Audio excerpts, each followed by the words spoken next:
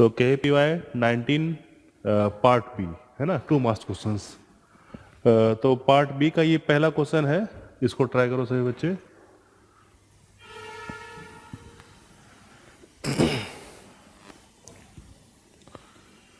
सी और D semi circle के circumference पे पॉइंट्स लिया गया है, उसका ए बी डायमीटर है और ए सी 1 है, सी डी 2 है, डी बी 3 है।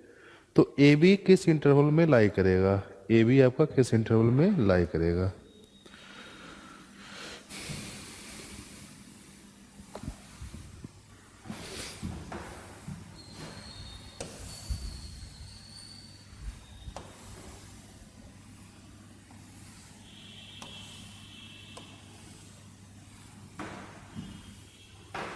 ए बी आपका डायमीटर है ना, ए बी, हाँ diameter, A B C D. A C 1 है,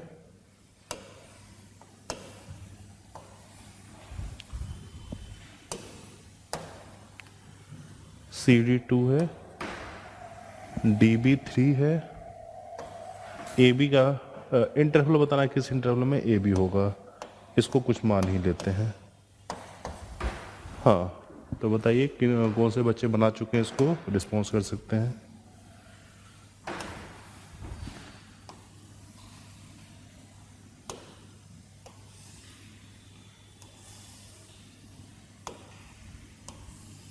नाइनटीन का है, 19 कर रहे थे ना हम लोग, पार्ट बी ऑफ 19।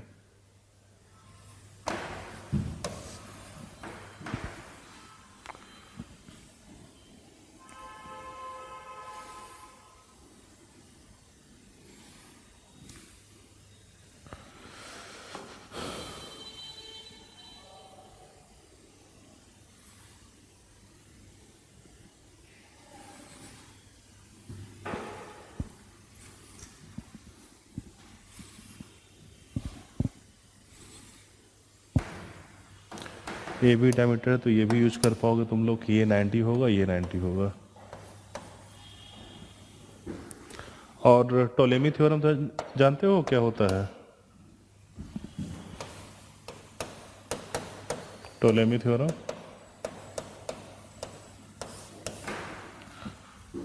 पढ़ा था। साइक्लिक क्वाड्रिलेटरल के केस में अपोजिट साइड्स के लेंथ के प्रोडक्ट का सम क्या होता है? डायगोनल के प्रोडक्ट के इक्वल होता है क्या?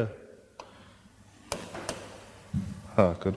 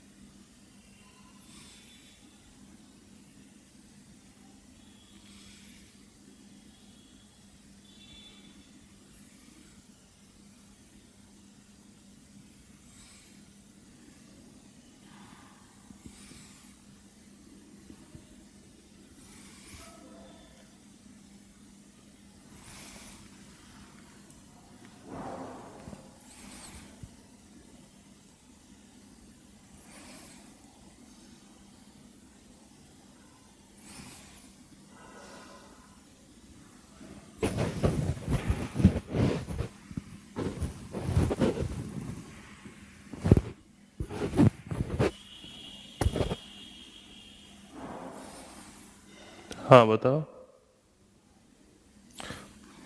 बी, बताओ कैसे, कैसे कियो, कैसे कियो बताओ। हम्म। ठीक। हाँ।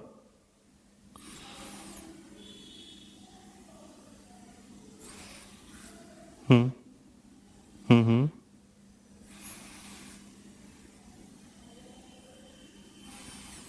हम्म। इंटरमीडिएट वैल्यू थ्योरम ये क्या कहता है, इसमें ये कैसे यूज कर रहे हो इसको?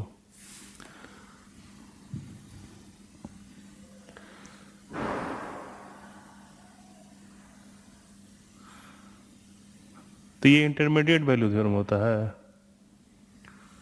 हाँ। लोकेशन ऑफ रूट्स कह सकते हो। ये जो नाम यूज किए थे, ये कौन नाम यूज किया था? शायद अखिल यूज किया था, उसको इंटरमीडिएट वैल्यू थ्योरम नहीं कहते हैं। ये कहता है कि क्यूबिक इक्वेशन का रूट्स के बारे में लोकेशन कैसे हम जस्ट ये करेंगे कि कितने रूट्स होंगे, एक होगा, दो होगा या तीन होगा। तो इसके रिगार्डिंग क्यूबिक फंक्शन को डिफ्रेंशिएट करके चेक करते हैं। ये मैथमेटिक्स के कैलकुलस चैप्टर के एओडी पार्ट में पढ़े होगे, पढ़े हो। तीन रूट, तीनों के तीनों अलग रहेगा, उसके लिए क्या होता है, क्रिटिकल पॉइंट पे फंक्शन का साइन अपोजिट होता है, पढ़े थे। और तीन में से दो कोइंसाइड करे, एक अलग हो, उसके लिए क्या होता है, क्रिटिकल पॉइंट में से किसी एक पे रूट जीरो हो जाए, किसी एक पे वैल्यू जीरो हो जाए, पढ़े थे। और दो इमेजिनरी का कंडीशन क्या पढ़े थे, क्रिटिकल पॉइंट पे साइन सेम रहेगा, क्रिटिकल पॉइंट पे फंक्शन का वैल्यू का साइन साइन सेम रहेगा, पढ़े थे कि नहीं पढ़े थे ये सब? तो उस बेसिस पर यहाँ पे आइडेंटिफाई किए थे कि यहाँ पे क्रिटिकल पॉइंट पे फंक्शन का साइन सेम दिख रहा होगा, मतलब एक ही रूट है। तो इसीलिए ऑटोमेटिकली क्या करना था उस फंक्शन का जो वैल्यूज है उस पर साइन चेक कर लेना था। जिन दो वैल्यू पे साइन अपोजिट नेचर का दिख रहा है, इसका मतलब उन दो वैल्यू के बीच में ही रूट लाई करेगा। टोलेमी थ्योरम के कोरेस्पॉन्डिंग आपका क्या बन गया, 2x+3। 2x+3 कितना हो गया आपका, root under X square -9 root under X square -1, दोनों साइड स्क्वायर कर दे। 4x² 6 दूनी 12, 12x+9 is equal to x⁴ -10x² + 9। By quadratic सभी को राइट साइड ट्रांसफर कर दो, 9 कैंसिल हो रहा होगा, x कॉमन भी कर सकते हो राइट साइड ट्रांसफर करने पे, x³ और फिर x वाला टर्म बनेगा -10 -4 -14x, और कांस्टेंट कितना बन जाएगा, -12। यही बन रहा है ना। तो इसी को क्या कर रहे होगे, क्यूबिक इक्वेशन।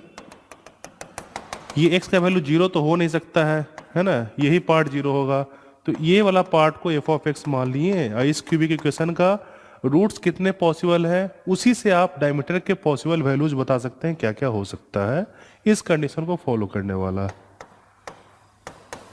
इसी बेसिस पे बोल रहे थे ना। तो यहां से इसके डेरिवेटिव के साइन पे चेक कर रहे हैं कि ये रूट कितना कंटेन करेगा। डेरिवेटिव का साइन कितना आ गया था आपका, 3x² -14, है ना। तो ये आसपास देखोगे तो 14/3 का स्क्वायर रूट है, और 14/3 का square root plus minus sign का है। उस साइन पे क्यूबिक का वैल्यू देखो तो सेम वैल्यू दिख रहा है क्या, सेम नेचर का दिख रहा है। साइन ऑफ f(x) नहीं तो डायरेक्टली f(√14/3) कर देते हैं, and f(√14/3) minus sign are same, same है क्या, बोलो। सेम है तो इसका मतलब इस f फंक्शन का सिर्फ एक ही रियल रूट होगा, है ना। This implies f(x) has only one real root. और उस वो रियल रूट किस इंटरवल पे लाई करेगा, वो इजिली इंटरवल के साइन पे बता सकते हैं। क्यूबिक इक्वेशन बताओ, ये इंक्रीजिंग टाइप नेचर है या डिक्रीजिंग टाइप नेचर है, कि दोनों है, मिक्स नेचर का है?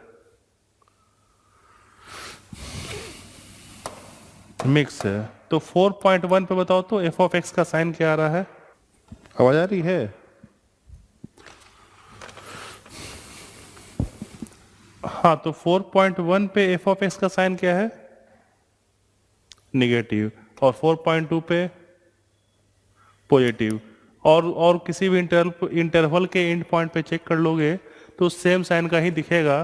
तो इसीलिए जो x आपका पॉसिबल रियल वैल्यू है वो इस इंटरवल पे ही दिखेगा।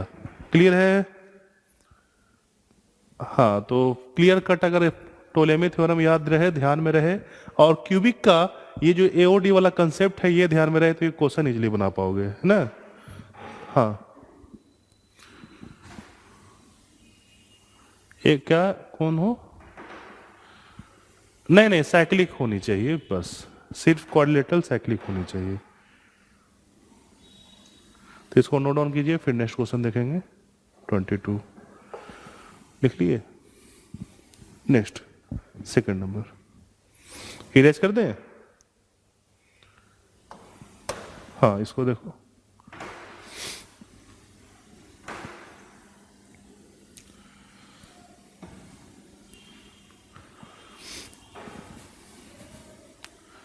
बहुत जल्दी बता दिए। अरे वाह, इस टाइप का कंसेप्ट कहाँ सीखे हो? कैसे क्वेश्चन में आंसर 90 होता है?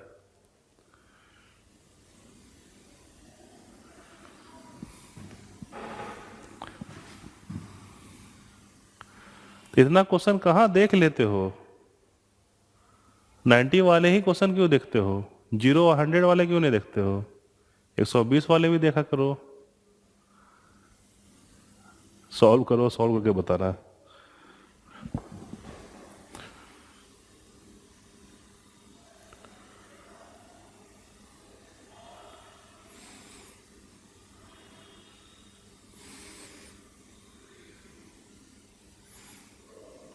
लास्ट में करने चाहिए, ऐसा क्यों?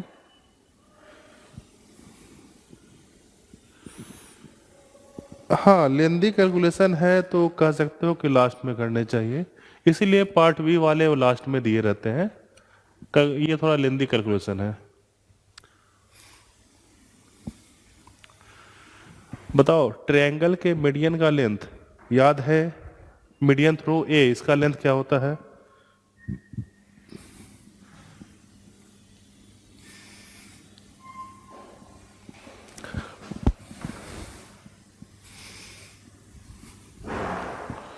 कोसाइन रूल लगाएंगे। ऐसा कुछ याद कियो क्या? √2b² + 2c² - a² bye 2bc bye 2, ऐसा कुछ मीडियन का लेंथ। तो उसके लिए कोसाइन रूल होता है।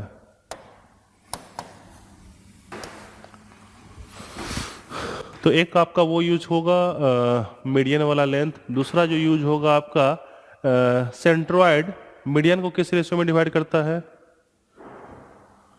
2:1।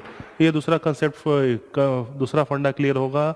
और ट्रायंगल का एरिया अगर दो कंसेक्यूटिव साइड पता हो और उसके इंक्लूडेड एंगल पता हो तो ट्रायंगल का एरिया ऐसा पढ़े हो, ½ × BC sin A। हाँ, तो वो एक कंसेप्ट यूज कर सकते हो, तो उससे आपका बन जाएगा।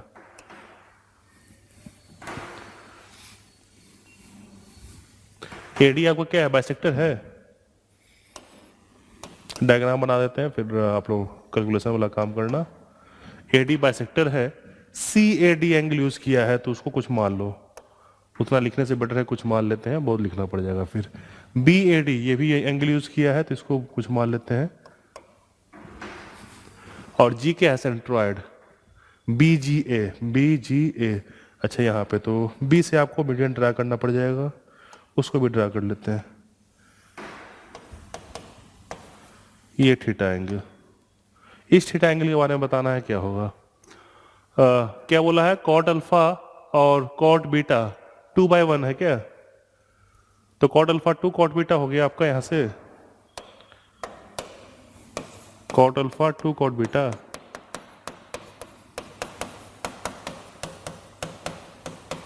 और कॉट को लिख सकते हो कॉस बाय साइन। हाँ, और कॉस अल्फा के लिए कोसाइन रूल यूज करना, ये छोटे वाले ट्रायंगल का ए जी ई, तो उसके लिए ए ई का लेंथ कितना होगा, बी बाई टू। ए जी का लेंथ ये कितना होगा, ए जी का लेंथ 2/3 टाइम्स हो जाएगा क्या, कितना है आपका 2/3 टाइम्स किसका, ए डी का, और ए डी का लेंथ कितना होता है 2b² plus 2c² minus a² by 2 होगा। बताओ, ये ए जी का लेंथ निकल गया है यहां से। सिमिलरली आपको और क्या निकालना है, कॉट अल्फा में ये दोनों हो गया, जीई देखना होगा और बीजी देखना होगा। बीजी भी यही हो जाएगा क्या, नहीं उस टाइप से कोरस्पॉन्डिंग होगा। जीई देख लो पहले, जीई का लेंथ कितना आएगा 1/3 टाइम्स बीई, 1/3 टाइम्स बीई, और बीई का लेंथ कितना बोल देंगे 2c² plus 2a² minus b², 2c² plus 2a² minus b² by 2 GE, नहीं दिख रहा है।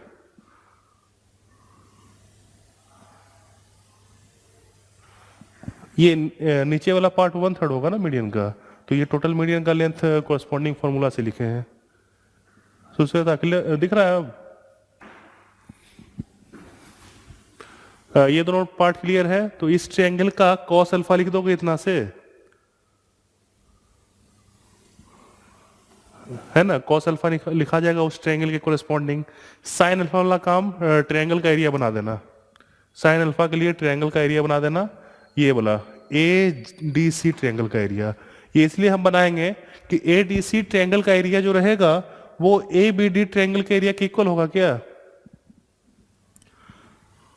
क्योंकि मीडियन आपको इक्वल एरिया में डिवाइड करता है ट्रायंगल को, है ना, तो उसे आपका नीचे में ट्रायंगल कैंसिल हो जाएगा, इसलिए ऐसा करेंगे। नीचे में उसे आपका ए डी सी का ट्रायंगल बना देंगे, क्योंकि आपका साइन अल्फा है तो ए सी और ए डी के टर्म में लिख लेना, और साइन बीटा है तो ए डी और ए बी के टर्म में लिख लेना। तो उससे आपका ए बी डी ट्रायंगल और ए डी सी ट्रायंगल का दोनों साइड डिवाइडर में एरिया बनेगा, वो कैंसिल कर पाओगे, ठीक है। और कॉस अल्फा निकल ही गया है, उसके कोरिस्पॉन्डिंगली इधर राइट साइड में भी कॉस बीटा निकाल लेना, और वहां से ए बी और कोरिस्पॉन्डिंग ए जी का कुछ रिलेशन, ए बी सी का रिलेशनशिप आएगा, वो देखो तो क्या रहा है, ये वाले कंडीशन से ए बी और सी का एक रिलेशनशिप मिलेगा, देखो तो क्या रहा है।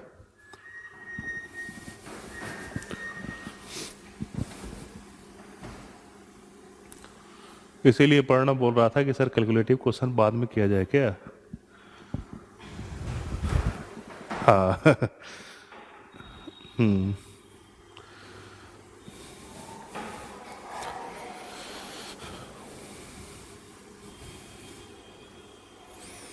टाइम बचा हुआ है लेकिन हमको एक्सेल करना है, टाइम बचा रहने के बाद अंत में करते हैं।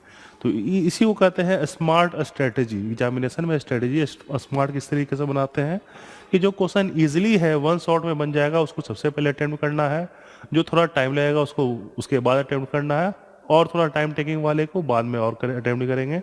ऐसा करने से क्या है, हल्के क्वेश्चन जैसे ही पहले बना लोगे it will build your confidence, आपका कॉन्फिडेंस बिल्ड हो जाएगा। इससे अगले जो लेवल वाले क्वेश्चन है, कैलकुलेटिव क्वेश्चन है, उसमें कैलकुलेशन ऑटोमेटिकली फास्ट हो जाएगा। एग्जामिनेशन में बैठते ही जब एग्जामिनेशन के कुछ क्वेश्चन आपसे बन जाते हैं तो माइंड आपका रिलैक्स हो जाता है, कैलकुलेशन फास्ट हो जाता है, एक्यूरेसी डेवलप हो जाता है। ऐसा होता है। और पहला क्वेश्चन में अगर अटक जाओगे तो अगले क्वेश्चन में बताओ एरर होता है ज़्यादा या नहीं, टाइम लगता है ज़्यादा या नहीं होता है। तो इसीलिए स्ट्रेटजी हम लोग यही करते हैं कि सबसे पहले हल्के क्वेश्चंस को टारगेट करते हैं। तो बताओ पीसीएम में हल्का सब्जेक्ट क्या होता है, तो इसीलिए कहा जाता है केमिस्ट्री पहले टारगेट कीजिए, रीजन यही है।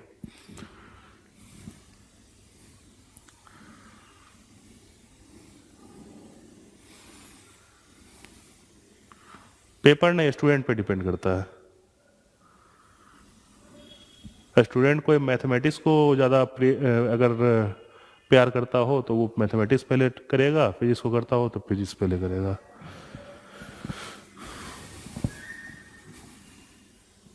ज़्यादा डिफरेंस नहीं रहेगा, लेवल का उतना डिफरेंस नहीं होता है।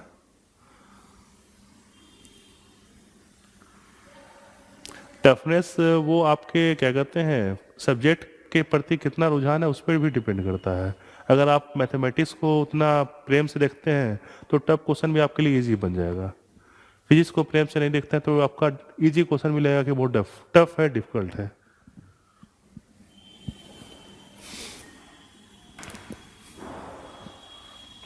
ये किसी स्टूडेंट का अपना इंडिविजुअल पर्सनल ओपिनियन होता है किस ऑर्डर में अपने सब्जेक्ट्स को ये करे, प्रायोरिटाइज करे अटैक करने के लिए एग्जामिनेशन पे।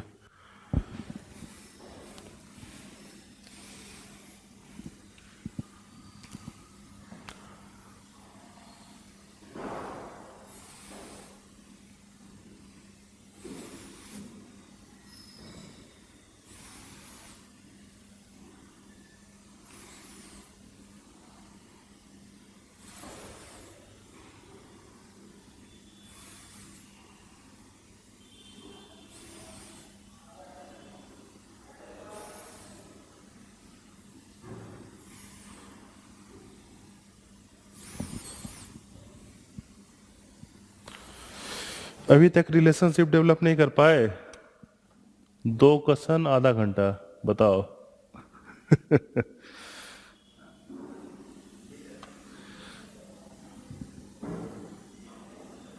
ठीक है, और किसका ये आया है? एकदम सही कैलकुलेशन है। A square plus B square equal to 5 directly लिख देते हैं और बाकी बच्चे बनाओ कितना आ रहा है relationship.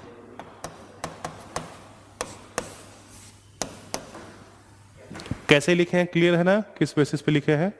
Cos alpha cos beta का वैल्यू पुट किए, साइन अल्फा साइन बीटा से आपका ट्रायंगल का एरिया कैंसिल करके ये किए हैं एबीसी का रिलेशनशिप। उसके बाद थीटा एंगल के बारे में बताना है। तो देखो तो ये वाला ट्रायंगल,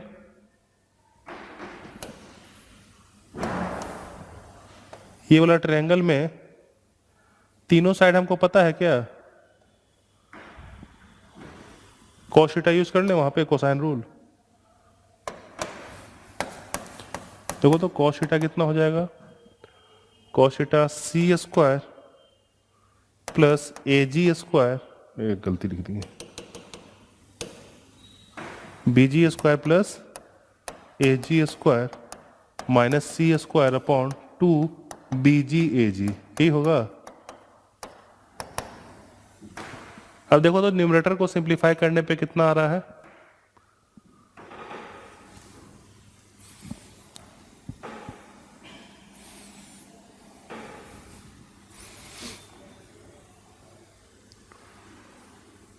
अखिल नहीं बताया है, क्या बात है अखिल? ऐसा तो नहीं सोचो कि कोई और कैलकुलेशन कर लेगा, यूज कर लेंगे? कर रहे हो?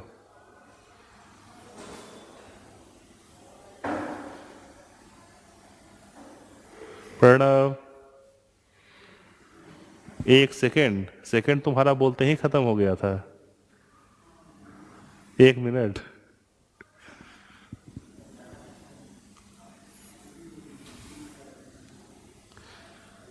आज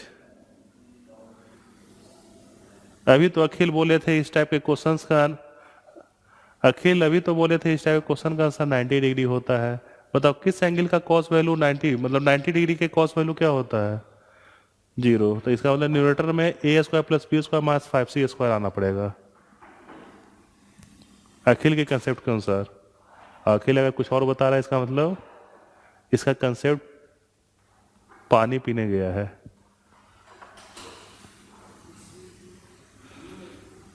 क्या बन रहा है? हाँ,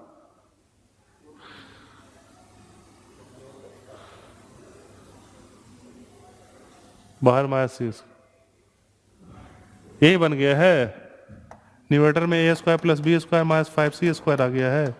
बाय कुछ भी कांस्टेंट रख देते हैं, टी जो भी कांस्टेंट टी वैल्यू है, तो 0 इसको बोल सकते हैं यहाँ पे। अब किस एंगल का कॉस 0 होता है? तो थीटा 90 आ गया। तो क्वेश्चन में कोई बहुत बड़ा कंसेप्ट नहीं है, सिर्फ कैलकुलेशन है ना?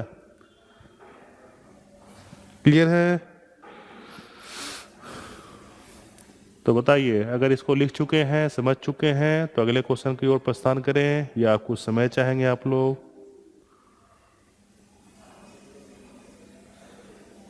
नेक्स्ट क्वेश्चन बताओ अग्रिम। नेक्स्ट क्वेश्चन थर्ड नंबर देखो। एफ और जी दो पोइनोमियल है और जी वाले पोइनोमियल का रूट दे दिया है ए बी सी और डी। तो एफ पोइनोमियल के corresponding F of A, F of B, F of C, F of D का सम क्या होगा बताना है। इरेज कर दें लास्ट वाला का सॉल्यूशन? हाँ, इसको बताओ।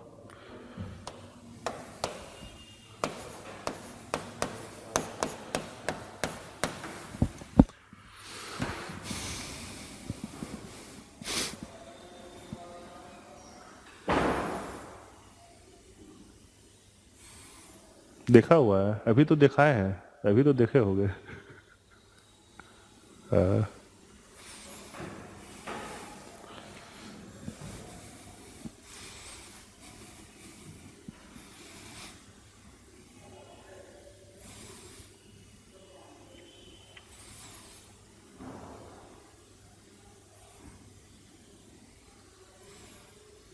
-6 पावर दिख गया तुमको?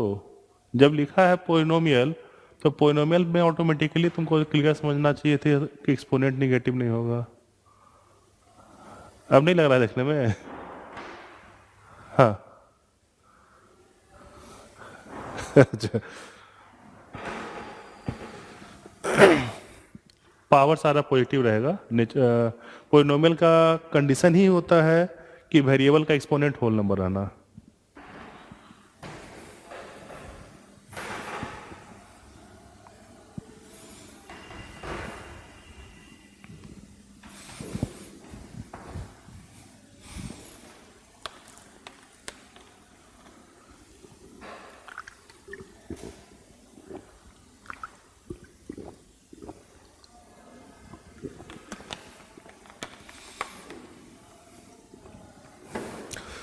किसके फैक्टर्स बनाओगे? एफ ऑफ एक्स के फैक्टर्स बना लोगे? तो 6 डिग्री पोलिनोमियल को फैक्टराइज करना जानते हो?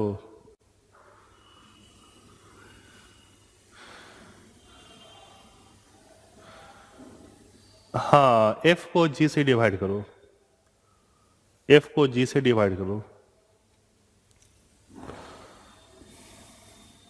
ऐसा करने के कारण जब एफ ऑफ ए देखोगे तो डिवाइजर इंटू क्वेश्चन वाला पार्ट 0 बन जाएगा, तो रिमाइंडर वाले पार्ट से ही आपको खेलना रहेगा वहां पे।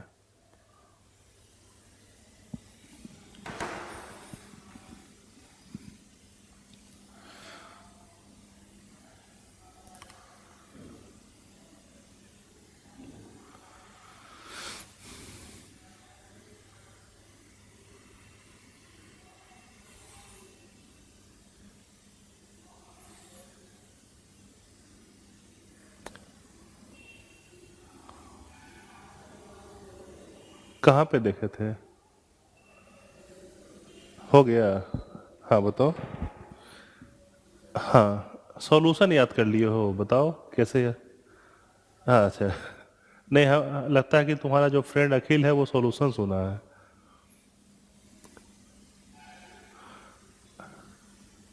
हाँ हाँ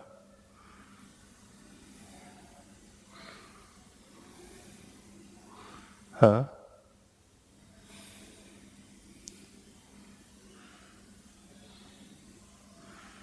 तो इसको इसको कहते हो सॉल्यूशन याद करना। हाँ बोलो।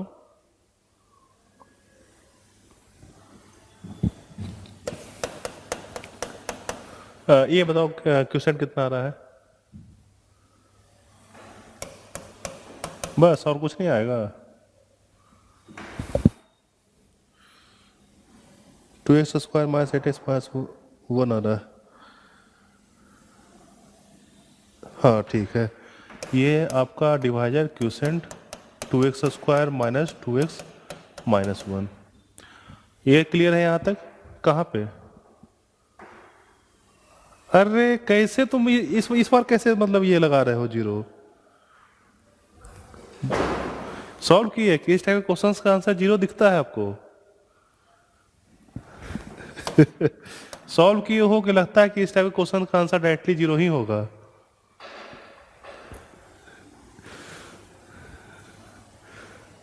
देखो कह रहा है ये अखिल जो है ना, क्या कहते हैं, इसका सिक्स सेंस बहुत ही शार्प है। ऑप्शन देखता है, कहता हाँ इसका आंसर जीरो होगा 90 होगा। देखो तो एफ ऑफ ए यहां से क्या दिख रहा है? 2a² minus 2a-1। तो इनडायरेक्टली ये सिग्मा एफ ऑफ ए है क्या? तो सिग्मा लगा दें, सिग्मा एफ ऑफ ए, ये 2 सिग्मा a² हो गया माइनस 2 सिग्मा ए माइनस ए टाइप के कितने टर्म्स हैं? 4, तो -4 हो जाएगा।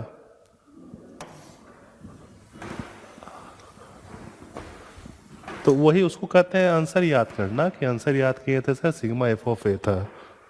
जी ऑफ एक्स क्या दिया है? x⁴ -x³ -x² -1। ये जी ऑफ एक्स का रूट्स ए बी सी और डी, यही चार है। बोलो। तो सिग्मा ए और सिग्मा a² हमको काम का चीज है। सिग्मा ए देखो तो यहां से क्या बोल सकते हो? 1। और सिग्मा a², इसको ऐसा बोल सकते हो कि सिग्मा ए का whole square -2 sigma A B.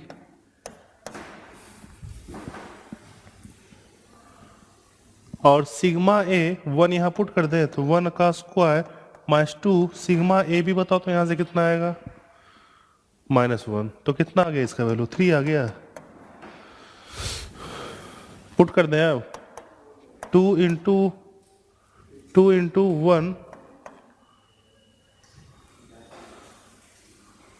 Into 3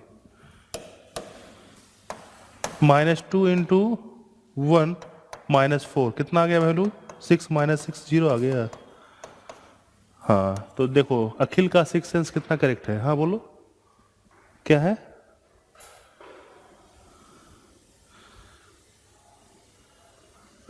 ये a प्लस बी प्लस सी का होल स्क्वायर, या दो टर्म का ही देख लो पहले, उसी से जनरलाइज कर लेना।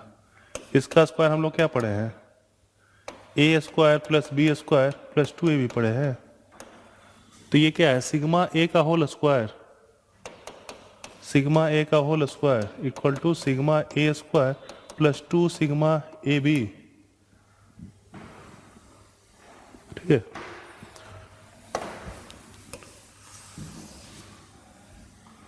इसको लिख लीजिए, फिर नेक्स्ट क्वेश्चन देखेंगे।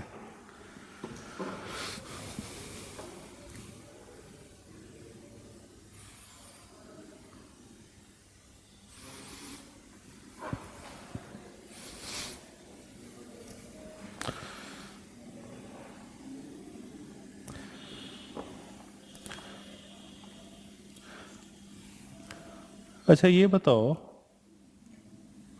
ज्योमेट्रिकली इलिप्स कैसे बना सकते हो 3D वाले पार्ट से? क्या कहते हैं, डबल इन्वर्टेड कोन से इलिप्स कैसे बनता है? स्लाइस करके।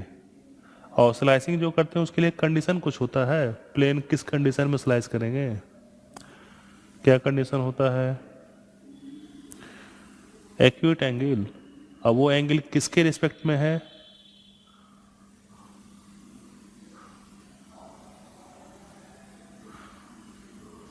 ग्राउंड के प्लेन के रिस्पेक्ट में। अच्छा, अब 0 पे सर्किल आएगा, ठीक है। और एक्यूट एंगल पे एलिप्स, और आपका जनरेटर वाले एंगल पे क्या बनेगा? जनरेटर लाइन वाला जो एंगल होता है उस एंगल पे क्या बनता है?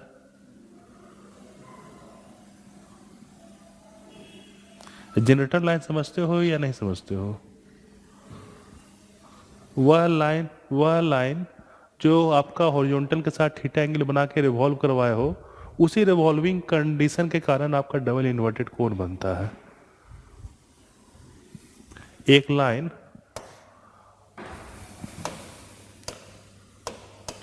लाइन हॉरिजॉन्टल के साथ थीटा एंगल ये कर दिए हो, इसको रोटेट कर दो, तो ये जो बनता है यही क्या कहलाता है? डबल इन्वर्टेड कोण कहलाता है।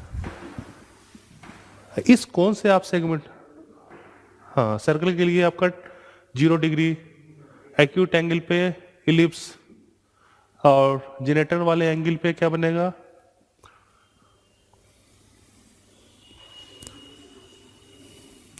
हाइपरबोला बन जाएगा, ये पैराबोला बनेगा। ऐसा ना बन रहा है, उसके बाद हाइपरबोला। अरे आपका 6 and 6 बार फेल कर गया। नेक्स्ट क्वेश्चन देखें।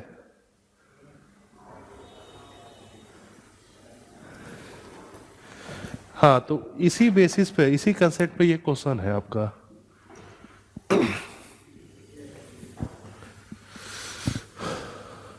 R.A इक्वल टू 5, बताओ तो वेक्टर अगर फिजिक्स में पढ़े हो तो ये किसको रिप्रेजेंट करता है? किसको करता है? अरे वाह, डॉट तो लिखा हुआ था। यही चीज हम तुमसे पूछे कि डॉट प्रोडक्ट होता है ज्योमेट्रिकली। ज्योमेट्रिकली ये प्लेन को रिप्रेजेंट करता है, आर जो वेरिएबल है, ये प्लेन। ये देखो तो ये किसका इक्वेशन है? ये वाला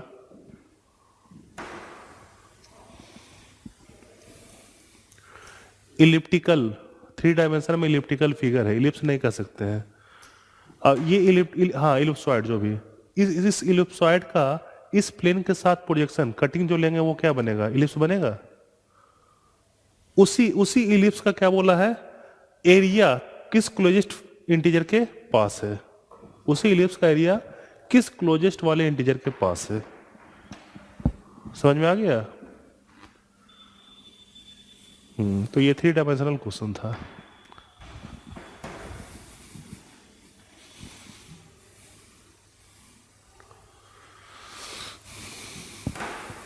प्लेन का इक्वेशन बता पाओगे? कार्टेशियन कोऑर्डिनेट सिस्टम में क्या होगा? हाँ सही है, x + y + z = 5।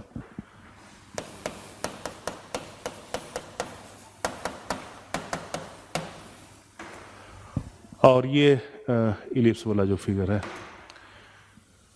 इस इलिप्स का क्या बताओ? एरिया देखना था। इलिप्स का एरिया क्या पढ़े हो कुछ?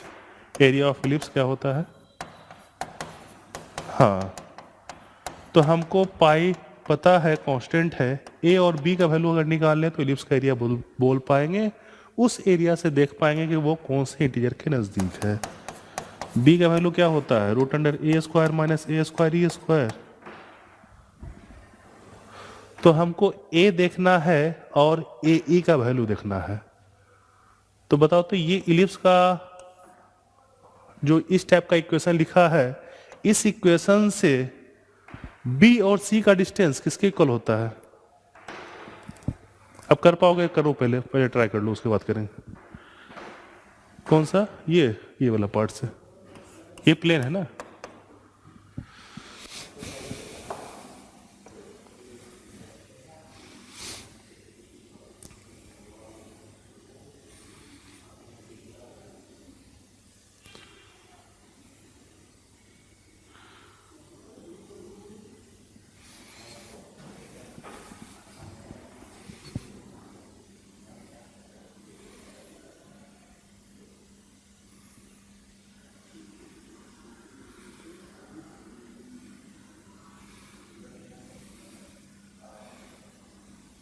अरे वाह, एकदम सही बताया हो। मतलब तुम अपने डॉट प्रोडक्ट को कंफ्यूजन में थे, उसको क्लैरिटी लाने के लिए पूछे थे।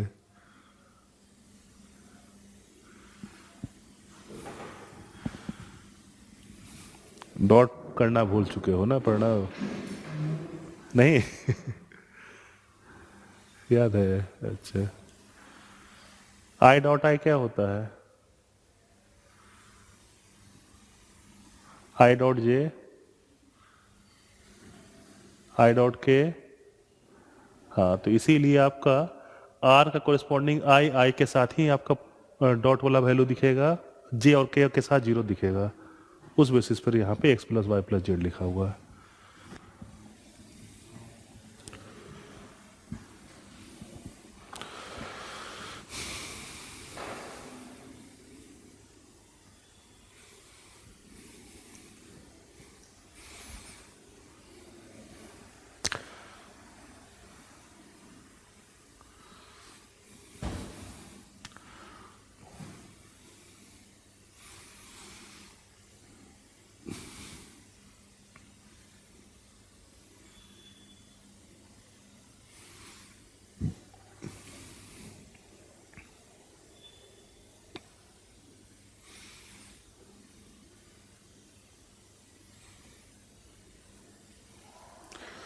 ए का वैल्यू निकाल पाए हैं आप लोग?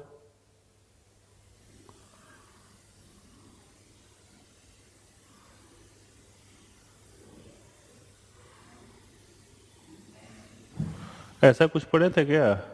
पी वेरिएबल पॉइंट का फोकस S1 से डिस्टेंस और S2 से डिस्टेंस का सम आपका कॉरेस्पॉन्डिंग 2a होता है। तो उस केस में पी पॉइंट इलिप्स होता है, ऐसा पढ़े थे। तो यहाँ पे S1 क्या है? B vector. S2 क्या है? C vector. और 2a क्या है? 4 है, A2। और S1 S2 का डिस्टेंस क्या होता है? 2a ही होता है। बी और सी का डिस्टेंस देखो तो निकाल पाओगे कितना होगा?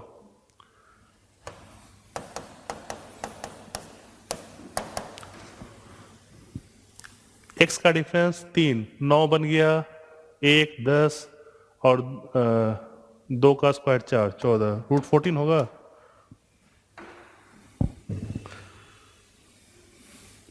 तो ए का वैल्यू 2 रखते हैं यहाँ पे, pi into 2 into root under 4 minus root 14/2 का स्क्वायर करने पे कितना आएगा? 14/4 आएगा। अंदर 2 मर्ज कर दें, कितना हो जाएगा? रूट 2 पाई। रूट 2 पाई बताओ तो किस इंटीजर के आसपास में है?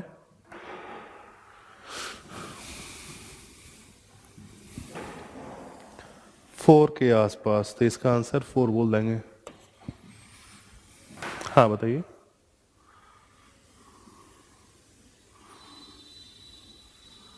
इक्वेशन से नहीं, फोकस के बीच का डिस्टेंस क्या होता है? 2a ही होता है ना इलिप्स में, ये वाला है ना। पोजीशन वेक्टर बी और सी का दिया था। बोलो क्लियर? प्रणव, अखिल, अग्रिम और बाकी बच्चे। 3D नहीं आप कोऑर्डिनेट ज्योमेट्री पढ़े हैं? कोऑर्डिनेट ज्योमेट्री का यूज किया है कंसेप्ट कि प्लेन और इलिप्सॉइड का ये कटिंग क्या बनता है? इलिप्स बनता है। और थोड़ा सा आप कह सकते हो कि वेक्टर का कंसेप्ट था आइडेंटिफाई करने का।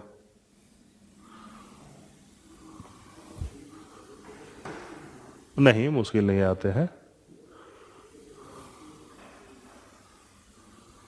नहीं, ऐसा भी नहीं है। कितना लंबा है? लंबा नहीं ना है नहीं आएगा तो हाँ, ये कहना सही है कि अगर नहीं बनता है तो फिर लंबा लगता है, अब बन जाता तो लगता कि अरे ये छोटा था। नेक्स्ट क्वेश्चन देखें।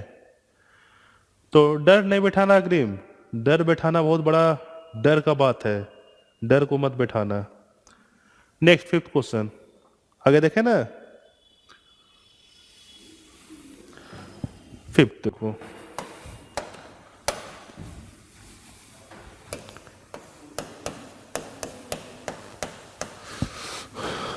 सॉल्यूशन की संख्या बतानी है 0 से 2 पाए।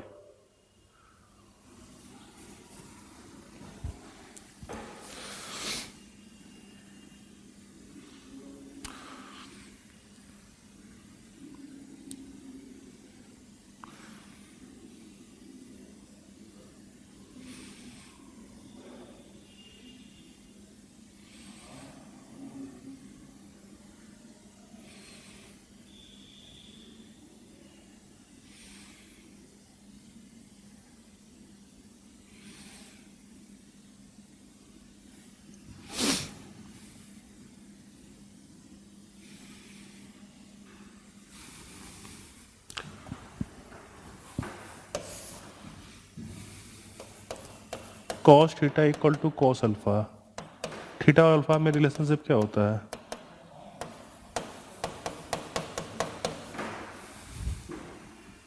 तो ट्रिग्नोमेट्रिक इक्वेशन आप लोग बढ़िया से ध्यान में रखे हैं।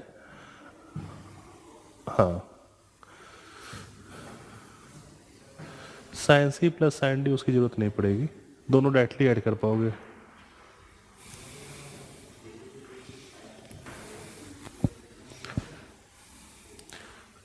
ये यूज कर लेना, sign pi minus theta sine theta होता है, तो पाई माइनस करने पे ये आपका उसी टर्म पे आ जाएगा।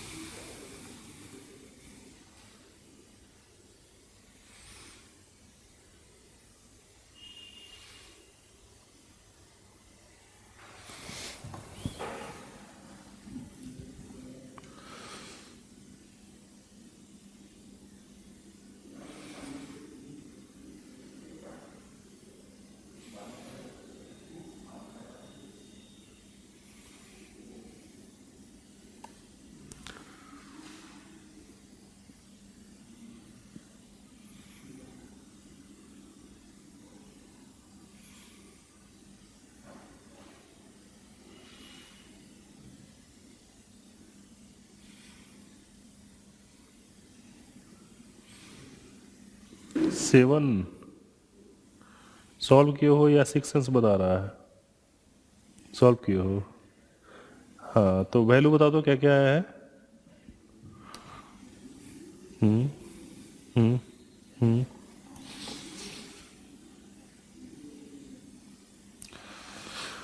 पाई बाय 3 भी आ रहा है ना, ठीक है, सही है फिर तो। हाँ, और किसका आ गया है? 7 अग्रिम का आ गया है, और किसका आया?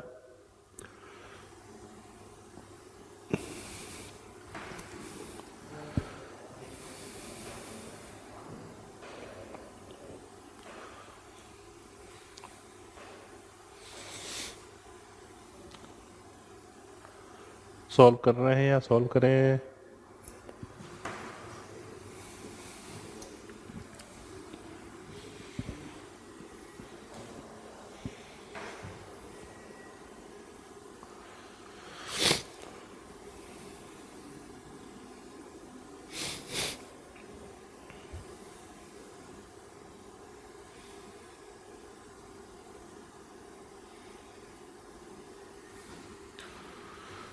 सॉल्व करेंगे। इसको क्या लिख दें? Sine pi minus pi sine square theta, ऐसा लिखते हैं क्या? और second term as it is रहने देते हैं, sine pi cos square theta equal to 2 cos pi by 2 cos theta.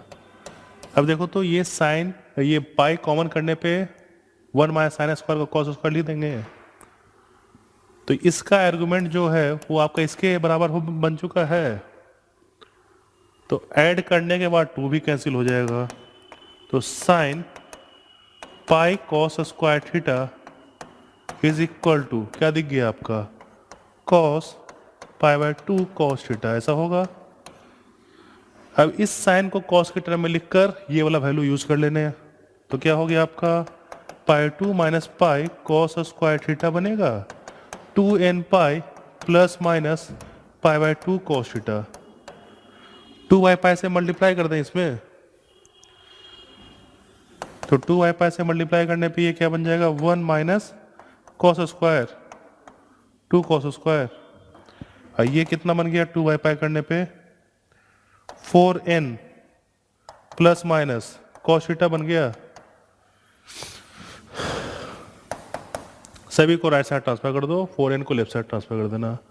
क्या बन गया? 2 cos square theta plus minus cos theta equal to left side करके 4k प्लस 1 लिख दें, ऐसा।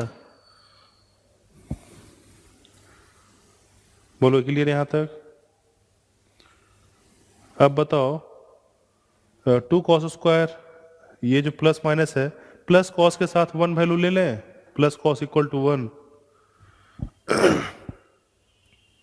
ले सकते हो या नहीं? तो लेने के बाद कॉस की वैल्यू कितनी क्या क्या पॉसिबल आ रही है? प्लस वाले के साथ कॉस क्या आ रहा है वैल्यू, अब माइनस वाले के साथ कॉस वैल्यू क्या आ रहा है, बता पाओगे?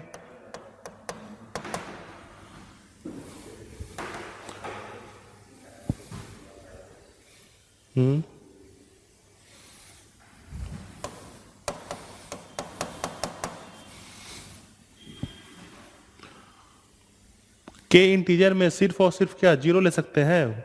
1 2 3 -1 -2 -3 वाला वैल्यू तो होगा ही नहीं। तो जीरो लेने पे तो ये वैल्यू कांस्टेंट 1 बन गया है, तो 2 cos square plus cos equal to 1। वे वाले क्वाड्रेटिक इक्वेशन से कॉस वैल्यू कितना कितना आ रहा है?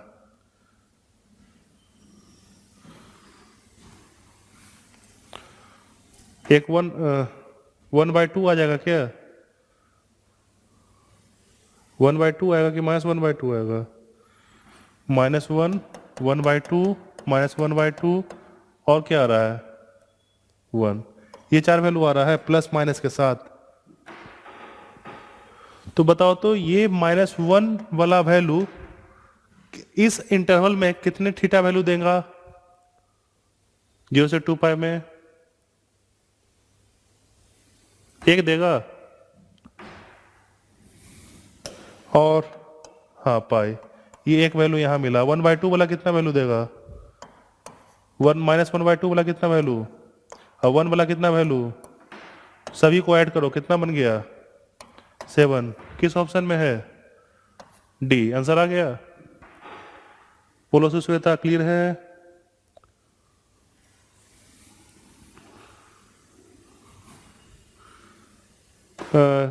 Two cos square plus cos equal to 1, 2 cos square plus cos equal to 1 को जैसे ही सॉल्व करोगे -1 इक्वल टू 0, तो यहाँ से फैक्टराइज होकर 2 cos square plus 2 cos -cos -1, तो 2 कॉस -1 और कॉस प्लस 1, -1 1/2 मिल गया, -1 और 1/2 ये दो मिल गया। अब माइनस वाले पे -1/2 1 दिखेगा, ठीक है। और कोरेस्पॉन्डिंग वैल्यू चेक के लिए कितने वैल्यूज हैं ये 0 से 2 पाई वाले क्लोज इंटरवल पे। क्लियर? हाँ, तो इसको नोट डाउन कीजिए, फिर नेक्स्ट क्वेश्चन देखेंगे।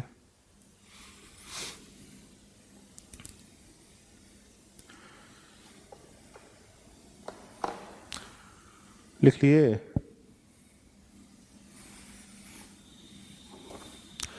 इस क्वेश्चन को देखो,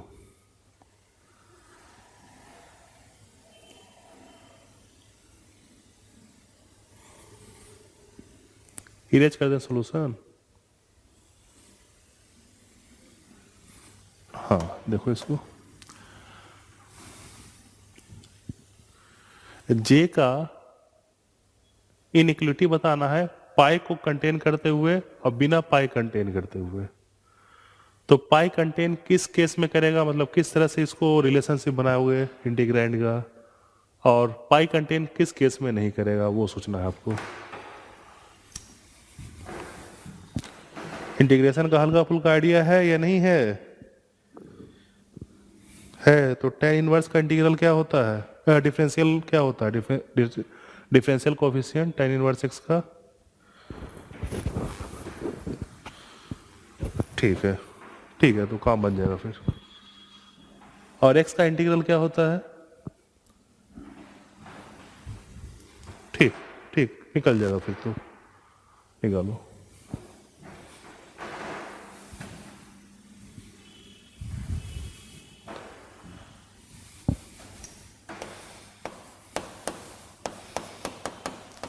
x/1 + x⁸ है।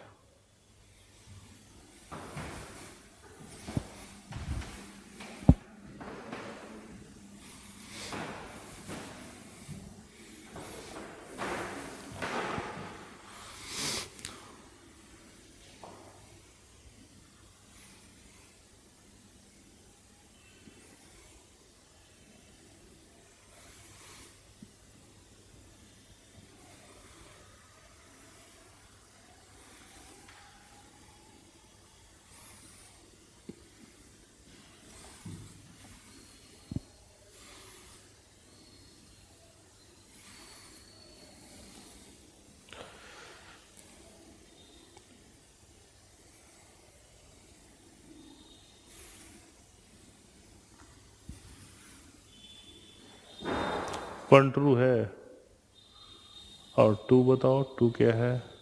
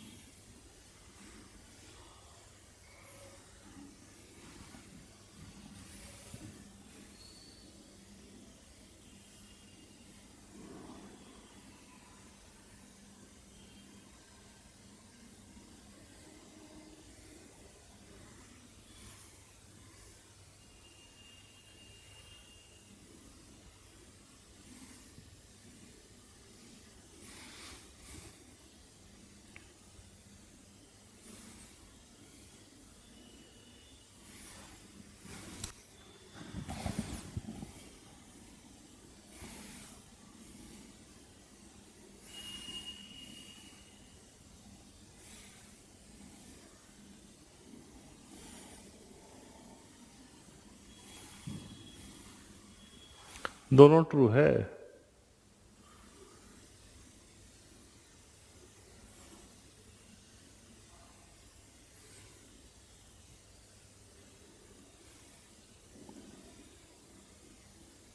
बताओ। टू फॉल्स है, वन ट्रू है। और कोई बताओ।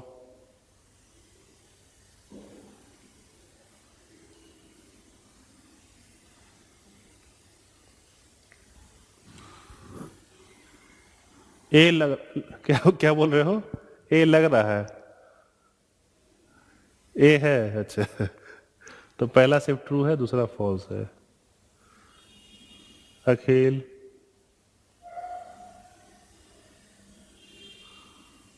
दूसरा कंफर्म नहीं है, ठीक है।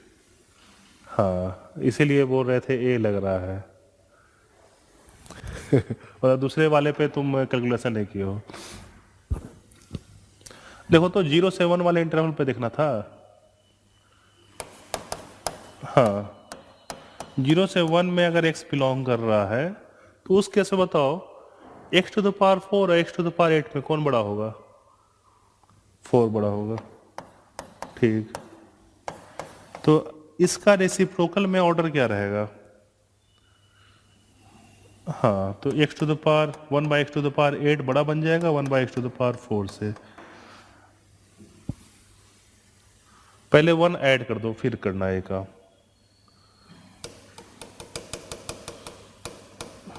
तो डिनोमिनेटर में ऐड करने पे यहीं पे ऐड कर दो। अब इसका रेसिप्रोकल कर दो, इसका रेसिप्रोकल करके फिर x मल्टीप्लाई कर देना।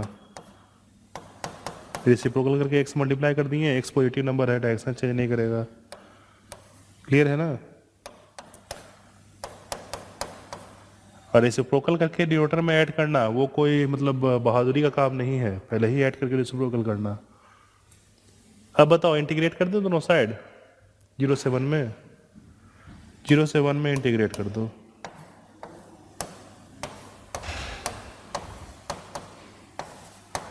ये लेफ्ट वाला क्या है, जे है क्या?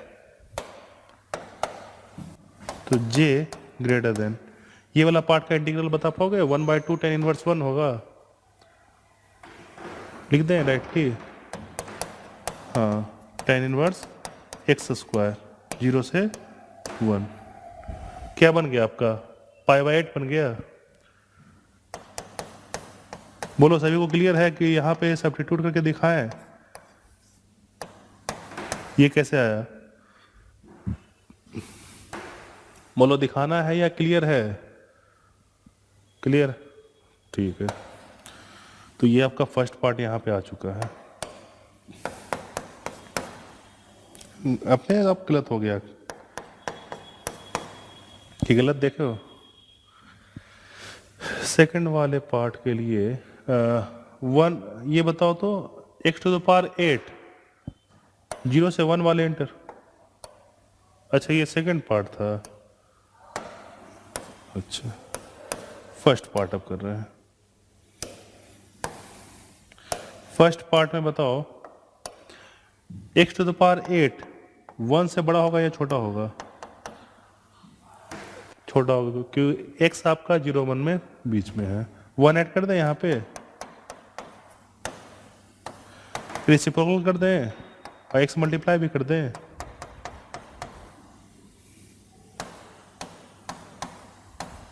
यहाँ तक क्लियर? इंटीग्रेट कर दो 0 से 1 में, इंटीग्रेट कर दिए 0 से 1 में। बताओ लेफ्ट वाला पार्ट जे है और राइट वाला पार्ट क्या बन गया? 1/4 x square 1/4 times of x square 0 से 1 तो 1/4। तो इस बेसिस पर आपका पहला पार्ट ट्रू है और दूसरा वाला पार्ट क्या है? फॉल्स है। Only one true. हाँ बोलो। अच्छा क्लियर है ना कैसे लिखे हैं ये tan इनवर्स एक्स स्क्वायर? बताओ सभी बच्चे, क्लियर है सभी को? ठीक है नेक्स्ट क्वेश्चन देखें। ओके 7 नंबर, इस क्वेश्चन को देखो।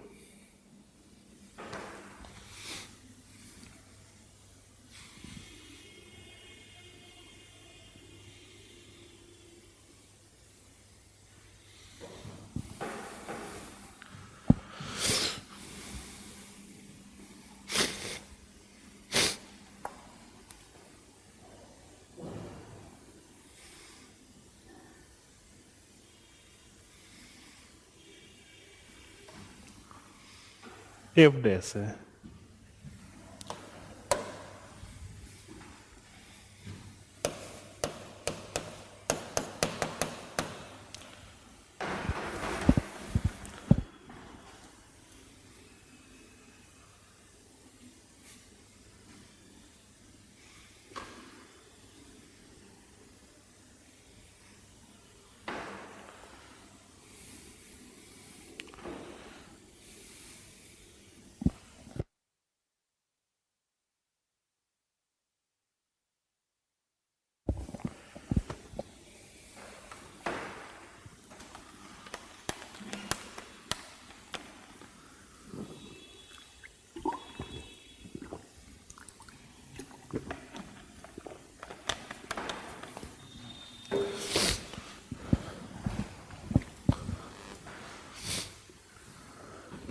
चार होगा?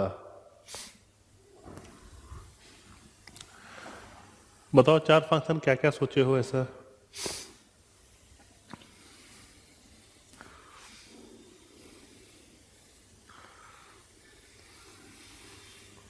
ठीक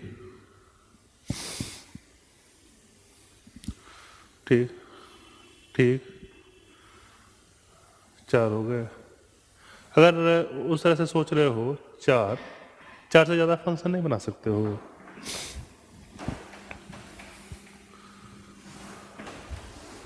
कहाँ पे स्क्वायर है? चार तो ठीक है, चार पार्ट सोचा है वो चार हो गया। मोर देन 4 वाला कैसे बता रहे हो?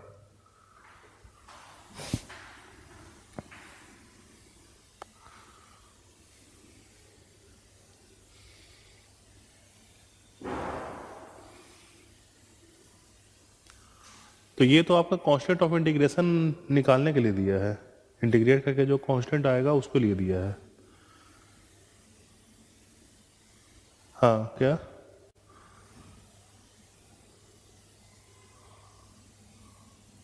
क्या है? क्वाड्रेटिक है? हाँ बोलो क्या बोल रहे हो? आवाज नहीं आ रही है? हेलो, आ गया?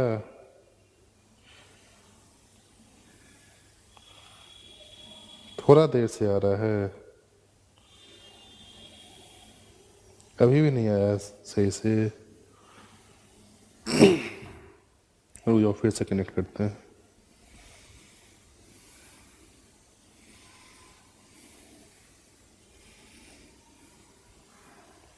हाँ अब आ रहा है। ठीक, हाँ क्या बोल रहे हो?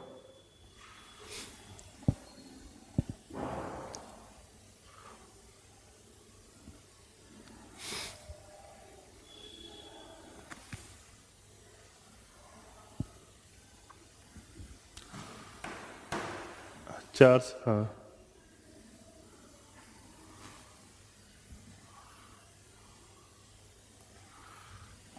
ठीक। एफ डैश एक्स का स्क्वायर एक 4x दिख रहा है, दूसरा हाँ एफ डैश एक्स का स्क्वायर -4x भी दिख रहा है।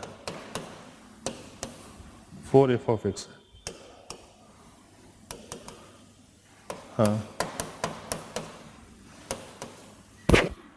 हाँ हाँ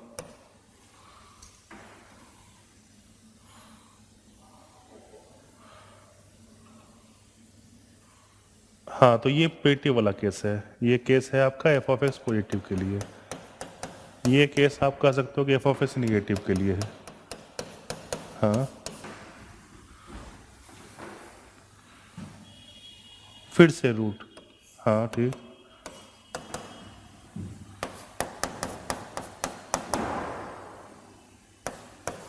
हाँ हाँ हाँ हाँ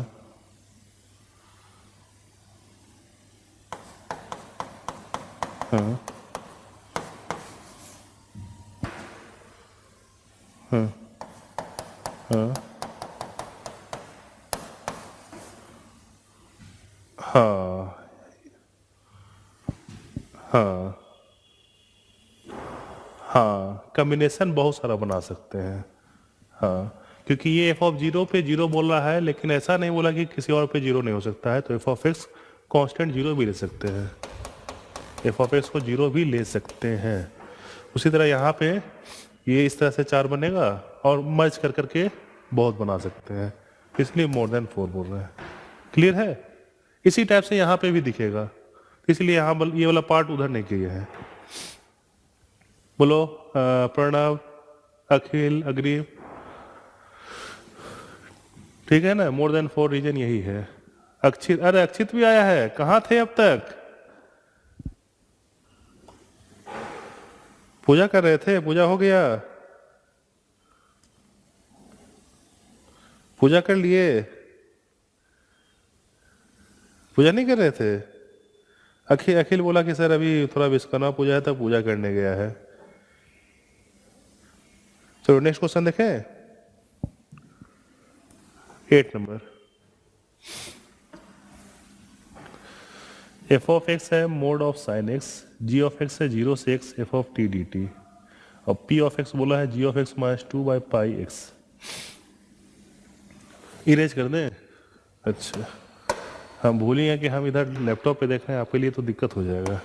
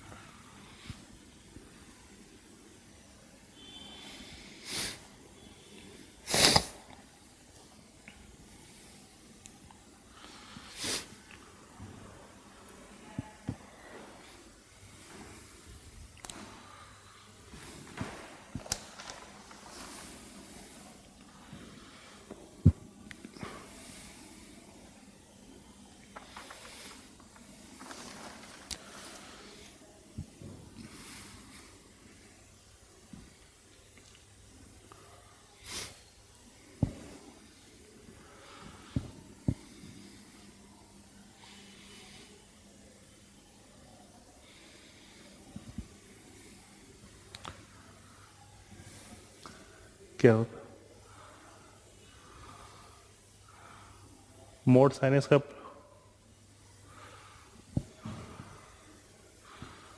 प्लस माइनस कॉसिक्स आ जाएगा।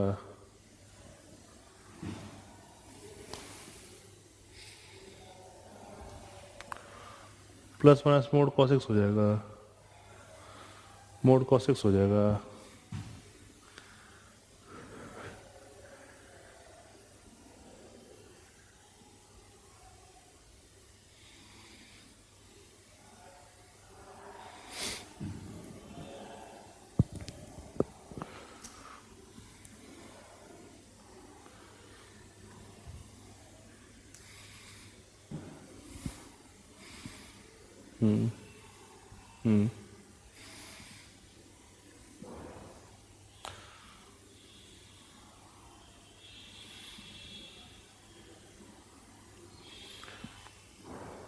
आपको दो पार्ट पे कमेंट करना है, 1 1 है या नहीं, और P of X plus pi P of x है या नहीं, ये दो पार्ट पे कमेंट करना है।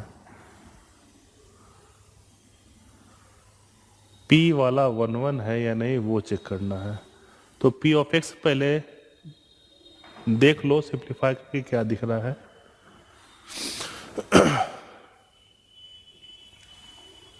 वन वन या मेनी वन कैलकुलस वाले तरीका से उसको डिफ्रेंशिएट करके चेक करते हैं। अगर डेरिवेटिव आपका मोनोटोनिक नेचर हुआ, मतलब डेरिवेटिव या तो पॉजिटिव रहे या निगेटिव रहे, तो वो आपका वन वन होता है। और डेरिवेटिव पॉजिटिव नेगेटिव दोनों दिख जाए अपने इंटरवल पे, अपने डोमेन पे, मेनी वन, तो ऐसा करो p का डेरिवेटिव चेक कर लो सबसे पहले। p डैश एक्स कितना हो जाएगा बताओ तो। g वाले फंक्शन को डिफरेंशिएट करने पे f ऑफ एक्स बनेगा,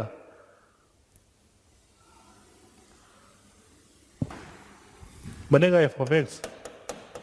और ये माइनस 2/पाई, f ऑफ एक्स क्या है, मोड साइन एक्स है, पुट कर दे mod sine x minus 2/पाई।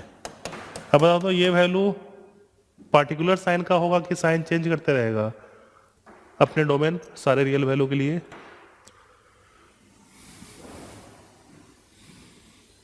Change करते रहेगा, तो 1 1 हुआ या नहीं। p of x is not 1 1, तो इसका मतलब डी ऑप्शन जो 1 1 बोला है ये गलत हो चुका है। डी ऑप्शन चेक कर चुके हो। बी है, बी है, ये कैसे बता रहे हो।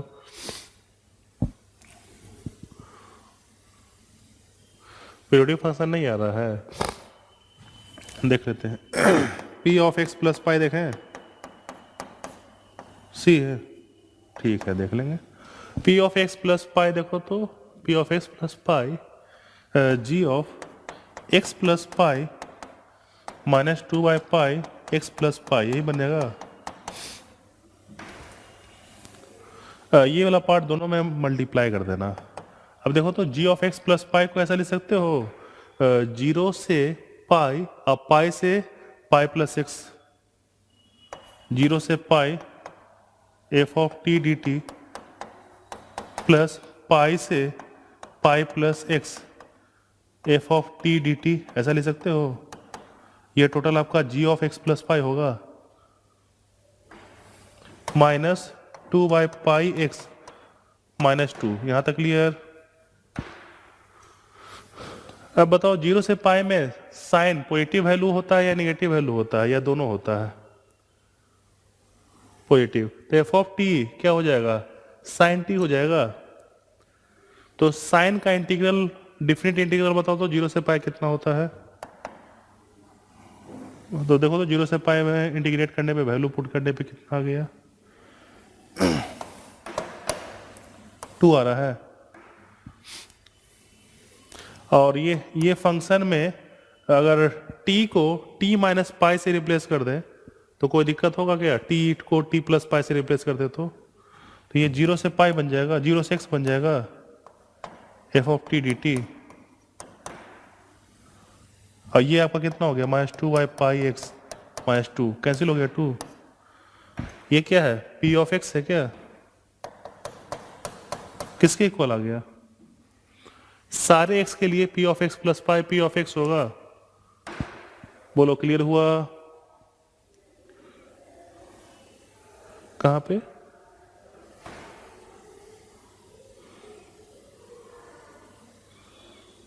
हाँ तो ये कॉस कॉस है ना, कॉस पाई कितना होता है? साइन का इंटीग्रल कॉस नहीं होता है, माइनस कॉस होता है। हाँ तो कॉस पाई -1 कॉस 0 1, -1 -1 -2 और माइनस बाहर आ गया। बोलो क्लियर सभी को? ये वाला पार्ट क्लियर है ना कि आपका a से a प्लस बी रहे तो 0 से b ले सकते हैं। तो इसको नोट डाउन कीजिए, फिर नेक्स्ट 2 और क्वेश्चन बचे हैं वो भी सॉर्ट आउट कर लेते हैं आज। नेक्स्ट डिस्प्ले करें 9 नंबर।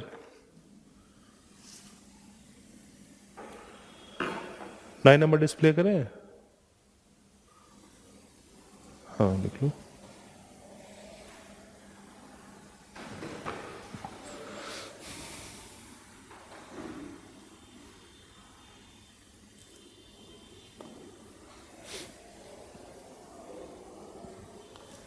हाँ 9 नंबर देखो, a1 a2 a3 का कॉम्बिनेशन a वेक्टर है।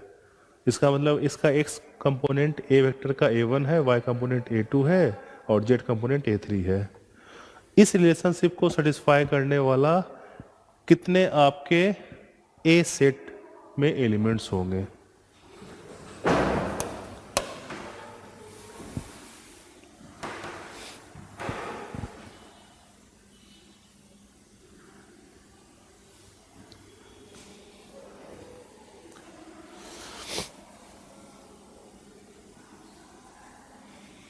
इसको पहले एक्सपेंड कर लो, एक्सपेंड करोगे तो क्या बनेगा ये?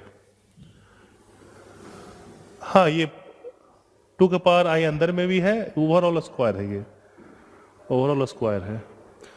a1/2 ये क्या बन रहा है? a1/2 plus a2/4 plus a3/8 इसका स्क्वायर, a1 का स्क्वायर बाय 2, a2 का स्क्वायर बाय 4, a3 का स्क्वायर बाय 8। अब ऐसा करो 64 से मल्टीप्लाई करके देखो तो a1 square a2 square a3 square a1 a2 a2 a3 a1 a3 का कोफिशिएंट क्या दिख रहा है?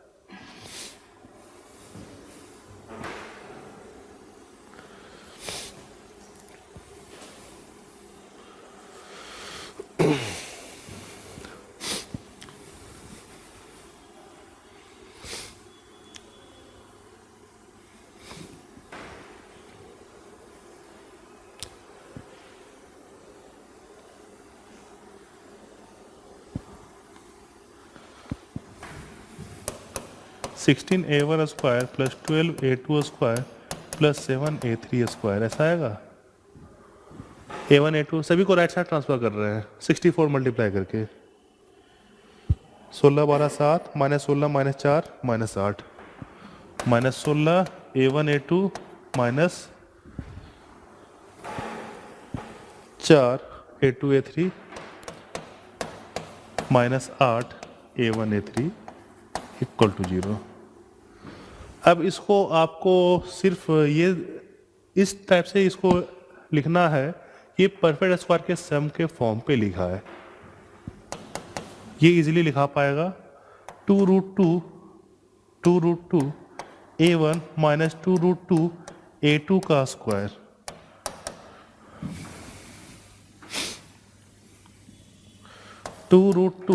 a1 माइनस a1 a2 16 बन चुका है, a1 a3 8 है, तो ये हो जाएगा √2 4 दूनी 8, हाँ बन गया। a1 का स्क्वायर बैलेंस हो गया, a1 a2 बैलेंस हो गया, और a2 का स्क्वायर कितना हुआ यहाँ पे? 8, 4 बचा हुआ है ना, 2a2 यहाँ पे रहेगा ना, 2a2। a3 का स्क्वायर कितना बचा हुआ है?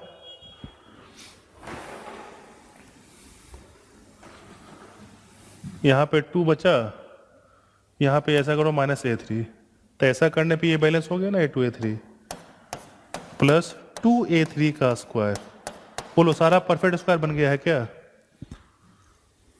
अब बैलेंस भी हो चुका है, तो यहां से क्या निष्कर्ष निकालोगे? फैक्टर्स क्योंकि ये क्वेश्चन परफेक्ट स्क्वायर ही बनेगा, एम्प्टी सेट आना है, नहीं तो अदरवाइज आपका बनेगा ही नहीं, सॉल्व होगा ही नहीं। ये इस वाले पार्ट से A1 A2 कोरिस्पॉन्डिंग इस तरह से पेयर बनाना है कि उसका प्रोडक्ट वैल्यू कितना रहेगा, 8 रहेगा, इसका प्रोडक्ट वैल्यू 2 रहेगा, इसका उस टाइप से सोचते हैं, ठीक है। तो यहां से देखो तो इस पार्ट से A1 और A2 इक्वल दिख गया, और इस वाले पार्ट से A1 A3 इक्वल दिख गया, इस वाले पार्ट से A2 A3 इक्वल हो ही चुका है, और सारा जीरो होगा। तो बताओ A क्या होगा, B, A contains exactly one element। हाँ, तो 9 का आंसर आपका B हो जाएगा।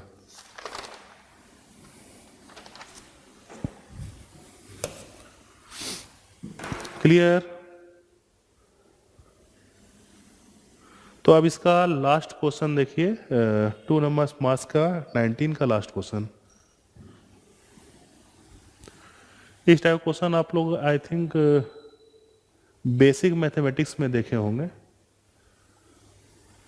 इरेज कर दें इसको। देखो तो X square plus Y square less than equal to 1 किसको रिप्रेजेंट करता है, सर्कल को। आओ, सर्कल का कौन सा पार्ट लेना, किस क्वाड्रेंट का, 0 से 1, क्वाड्रेंट 1 में, और y भी 0 से 1, क्वाड्रेंट 1 ही का सर्कल है। आसान बन गया ना क्वेश्चन। 0 से 1, 0 से 1, 0 से 1 में सर्कल का एरिया पाई 4 सेटिस्फाई कर चुका है, पूरा कंडीशन सर्कल को ही रिप्रेजेंट किया है। क्लियर। तो ये y क्या है, root under 1 minus X square होगा, ये y वैल्यू, ये y जो होगा ये क्या होगा, root under 1 minus X square. Put कर दें यहाँ पे 1/2 से 1/√2 root under 1 minus X square upon 1 minus X square dx। अब बताओ इस वाले इंटीग्रल का, इंटीग्रैंड का इंटीग्रल क्या होता है, 1 upon root under 1 minus X square का।